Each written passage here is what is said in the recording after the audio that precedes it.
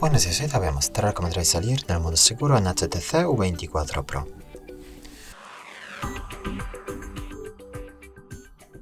Para eso abrimos el menú apagado y luego mantenemos pulsada la opción apagar hasta que aparezca en la pantalla este aviso. Pulsamos aceptar y así reiniciamos el dispositivo en modo seguro.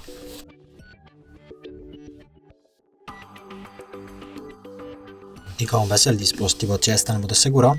Para salir del modo seguro hay que simplemente reiniciar el dispositivo. Entonces abrimos el menú apagado y pulsamos a reiniciar y esperamos.